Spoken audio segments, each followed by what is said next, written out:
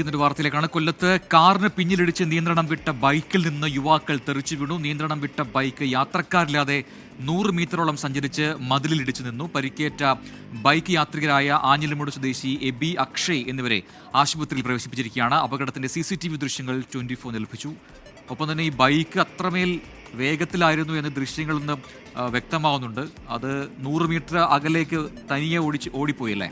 പ്രജിൻ, തീർച്ചയായും ആ ദൃശ്യങ്ങൾ എവരെയും അത്ഭുതപ്പെടുത്തുന്നതാണ്. കാരണം ഈ അപകടത്തിന് പിന്നാലെ യുവാക്കൾ രക്ഷപ്പെട്ടു എന്നുള്ളതാണ് ഏറെ ആശ്വാസം നൽകുന്ന കാര്യം. ജൂൺ 8 ഉച്ചയ്ക്ക് 10:40 ഈ അപകടം ഉണ്ടായത് എന്നുള്ളതാണ് നമുക്ക് നാട്ടുകാരിൽ നിന്ന് മനസ്സിലാകുന്നത്. ഇതിന്റെ CCTV ദൃശ്യങ്ങളാണ് ഇപ്പോൾ പുറത്തു വരുന്നത്.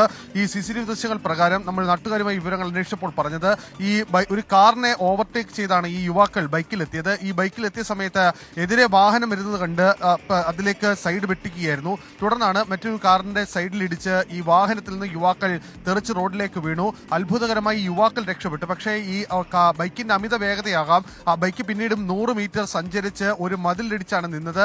ബൈക്കിന് വലിയ കേടുപാടുകൾ ഉണ്ട് എന്നുള്ളതാണ് ദൃശ്യങ്ങളിൽ നിന്ന് മനസ്സിലാകുന്നത്. എന്തായാലും യുവാക്കൾ അത്ഭുതകരമായി രക്ഷപ്പെട്ടിട്ടുണ്ട്. ആഞ്ഞിലിമൂട് സ്വദേശികളായ എബി, അക്ഷയ് എന്നിവരാണ് നിലവിൽ ചികിത്സയിലുള്ളത്. സാരമായ പരിക്കുകൾ മാത്രമാണ് ഇവർക്ക് ഉള്ളത്.